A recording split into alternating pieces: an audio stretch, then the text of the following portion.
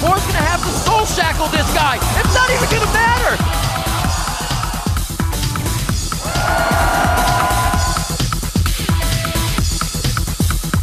They still keep going for the kills. The hook under double lift, he goes right through the team and threads the needle.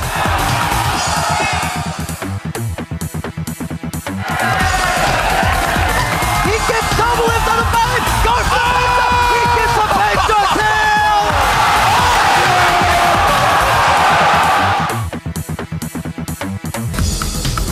Oh my gosh, again, West Rice is just on full initiation mode.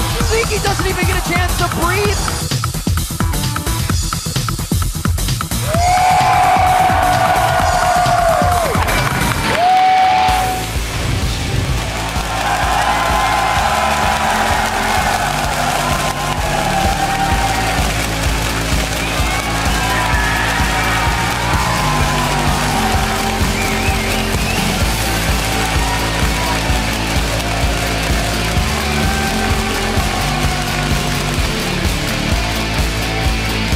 Welcome, ladies and gentlemen, to the North American League Championship Series. We're coming to you live in front of this incredible audience with more Week 6 Summer Split action, just for you.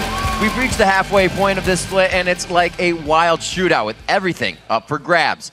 Hello, I'm Rivington Bism III, and joining me at the analyst desk are birthday boy Sam Kobe Hartman Kensler, Joshua Jet Leesman, and David Turley.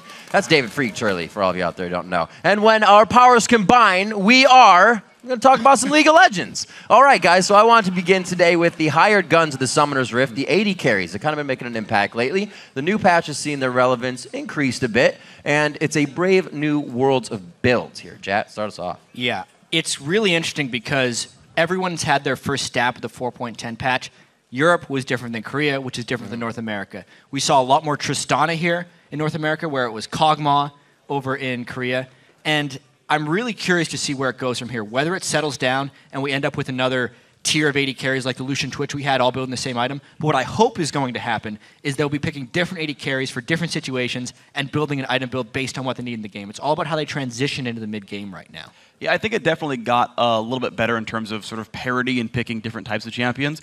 I am very surprised at how frequently people are going Tristana. I think she's a lot more situational than 3 out of 4 games out of nowhere. If you want to pick a hyper carry, I also think Kog'Maw's better for that right now, and so that's what we see over in Korea, for example. I think champions like Ashe and champions like Sivir and Caitlyn as well should be actually higher in the priority tier, and they do different things, which is great. Like, I would love to see more Ashe come out there, Sivir comps come out. The final thing as well is I am actually really pleased with the adaptations we've seen from some of the players. The fact that we've seen the Blade of the Ruin King Youmuu's Lucian builds, and that's kind of the proper build for him as well, and that's come out already within a week. I think that's a really good sign that there's a lot of smart players here. Yeah, I agree. And one of the things that really excited me was the adaptation of some of the teams, both in Europe and in North America. Teams that commit to the early Infinity Edge, they actually change their strategy to work around it. Alliance in Europe and Complexity over here in North America, they move their AD carry in the mid game up to the mid lane to let her farm through this weak period and rely on that late game scaling of the multiplicative power of crits for AD carries. And it's a very good adaptation to change the way that your team will play based on what items you've committed to build. All right, gentlemen, so we put a bit of focus on the items. Let's turn our attention to the players. Freak, we'll start with you. Who's kind of the standout right now for you? So Altec, to me, is actually a big standout. So he's #2 in KDA in the LCS right now. He's like ludicrously good. And at the start, I wasn't convinced that he was going to be great, because when he was on Cloud9 Tempest, all he did was split push around and kind of ignore his team for a while. He played Corki like every single game. And one, I think Corki's worse in 4.10. And two, the interesting thing is, in this new patch, getting a whole bunch from an AD carry is a great thing to do as a team now. And this has all suddenly worked right into his wheelhouse. He's picked up new champions like Jinx to work really well with him, and suddenly Altec's amazing. Yeah, Altec has risen to the top of the AD carries very quickly here. Something that has been causing the downfall of some of our other top AD carries has been dodging skill shots. Recently, Double Lift, and also even a couple weeks ago, we were talking about Wild Turtle. He was having a really rough couple of weeks, and it's pretty much all due to consecutive skill shot CCs landing on him. It just reignites the importance of this skill among AD carries when everybody's worried about builds and what character to use now. This is one of the most important things that AD carries have to continue to practice to stay sharp on, because if doesn't matter what items you have, if you're getting hit by all these thresh hooks, then it doesn't matter. Yeah. Someone who's been sharper than anyone else, though, is Wild Turtle, right? He started the split so poorly. The first 8 games TSM played, he had less than 2 kills per game, 15 overall. Then his next 4, he had 30 kills. And another great game yesterday against against CLG, playing up against Doublelift. So Wild Turtle, especially with Glebe, I think may just be the best AD carry in North America once again, which is actually kind of what he was considered back when he entered the LCS, back in the summer split, at least when he had that strong, what was it, spring split of 2013, he was the strongest. He's been around for a while, and he's finally kind of re-reaching that super top tier. Well, it's the halfway point. A lot of players still have a lot of room to move around, make an impact. Right now, we're going to take a look at the comparative performances of the AD carries after 1 day on this patch. And it's an unexpected landscape, to say the least.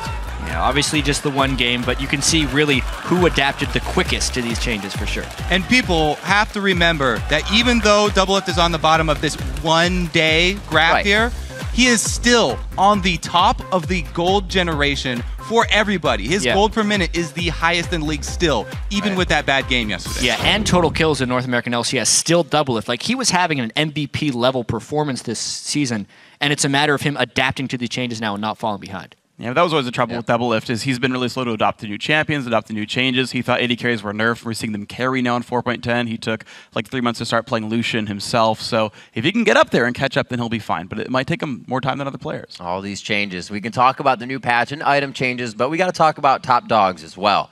Dignitas, large, in charge, by themselves now on the top. Are they here to stay? Yeah, the question with Dignitas always is, who is Dignitas really? Is it this team that flies by the seat of their pants, doesn't plan anything, and just wins because they're better mechanically?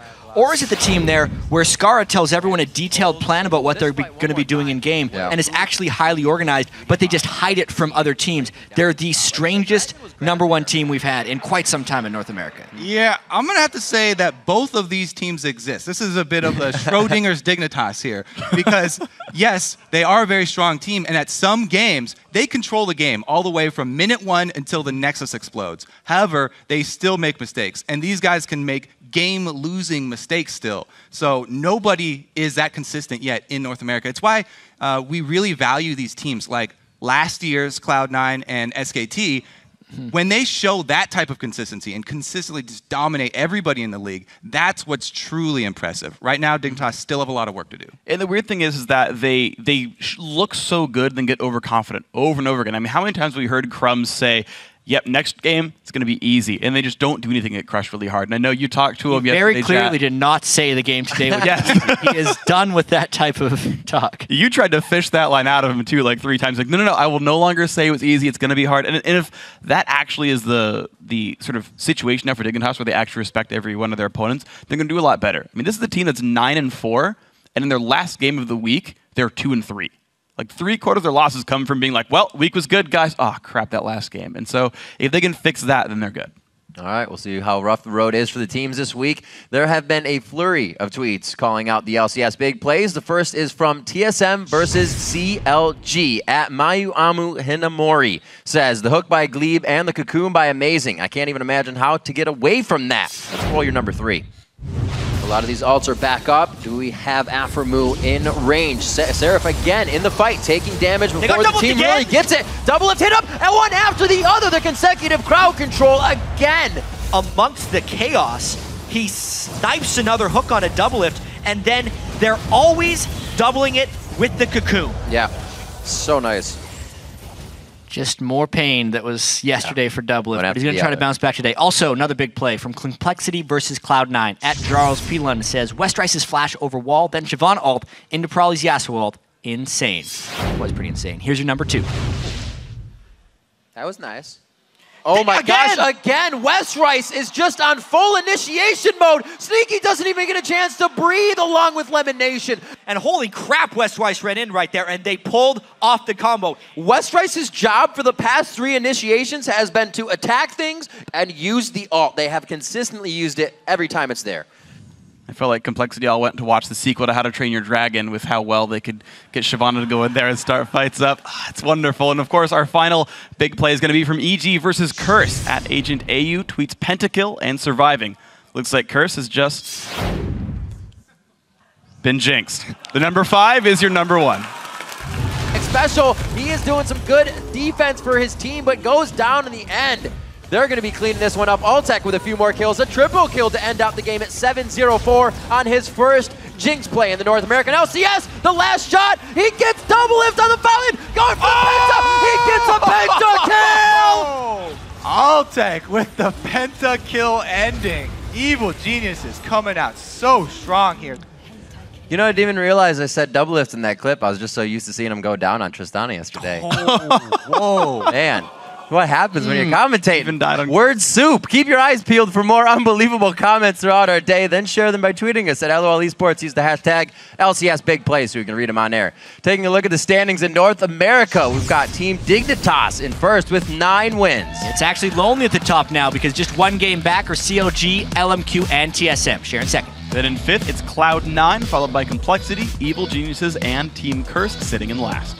And then taking a look at what's on tap for today, we've got Cloud9 looking to rebound as they take on Evil Geniuses. Then LMQ and TSM will battle it out, followed by CLG versus Dignitas. After that, Curse will face off against Complexity. But stay tuned for the North American Challenger Series play-in, starting with Maple Street and Team 8 versus Elements and Area of Effect. And since it's Sunday, head over to LOLesports.com and vote for who will win. There you can get a high-octane explosion of player stats and VODs of not one, not two, but every single game this year. Or click on the tickets to join our studio audience, and we'll give you the whole seat, but you'll only need the edge. That's right. And now it's time to gauge your opinions. Today in our Twitter question, we're asking you, who is your mid-season MVP in the LCS and why? Send your answers to @LOL Esports, use the hashtag LCS, and then keep it tuned in right here to see if your answer gets read later on in the show. All right, we've got to take a quick break now while Lemonation consults his notebook. When we return, we'll head on to the Rift for Cloud9 versus Evil Geniuses. Keep that browser where it's at.